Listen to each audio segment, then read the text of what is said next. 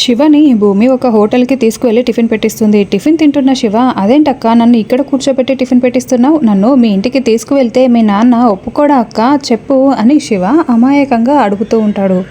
అప్పుడు భూమి బొమ్మను చూసుకుంటూ శివ మాటలకి ఆలోచిస్తూ ఉంటుంది. అప్పుడే చెర్రీ అక్కడికి వస్తాడు. చెర్రీ, నువ్వు ఎలాగైతే నన్ను మీ అన్నయ్య ఇంట్లో పెట్టావో, మా తమ్ముడని చెప్పకుండా మీ అన్నయ్య ఇంట్లో మా తమ్ముడు శివని పెట్టవా ప్లీజ్ అని భూమి వేడుకుంటూ ఉండడంతో చెర్రీ షాకింగ్గా వింటూ ఉంటాడు. ఏం మాట్లాడుతున్నావు భూమి, నేను శివని అన్నయ్య ఇంట్లో పెట్టాలా ఏంటి అని చెర్రీ అడుగుతూ ఉంటాడు. అవును అని భూమి బ్రతిమలాడుతూ ఉంటుంది. ఇక ఇద్దరు కలిసి ఒక ప్లాన్ వేసుకుంటారు. తర్వాత గగన్ కారు దగ్గర నిలబడి ఫోన్ మాట్లాడుతూ ఉంటాడు. అప్పుడే శివ పరిగెత్తుకుంటూ గగన్ దగ్గరికి వచ్చి గగన్ పర్స్ కొట్టేసి పరుగులు పెడుతూ ఉంటాడు. అప్పుడే గగన్, రే ఆగరా ఆగు అని పర్స్ కొట్టేస్తావా అని గగన్ శివని పట్టుకొని కొడుతూ ఉంటాడు.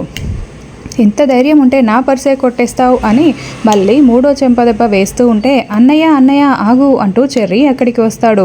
అసలు ఏం జరిగిందన్నయ్య అని చెర్రీ ఏమీ తెలియనట్లు అడుగుతూ ఉంటాడు. రేయ్, నా పర్సే కొట్టేసి పరిగెడుతున్నాడు రా వీడు అని గగన్ చెప్పడంతో, అవునా రేయ్, ఎవర్రా నీకు అసలు దొంగతనం నేర్పించింది అని చెర్రీ కూడా శివని కొడుతున్నట్లు నటిస్తూ ఉంటాడు. కన్ను కొట్టి సైగ చేస్తాడు.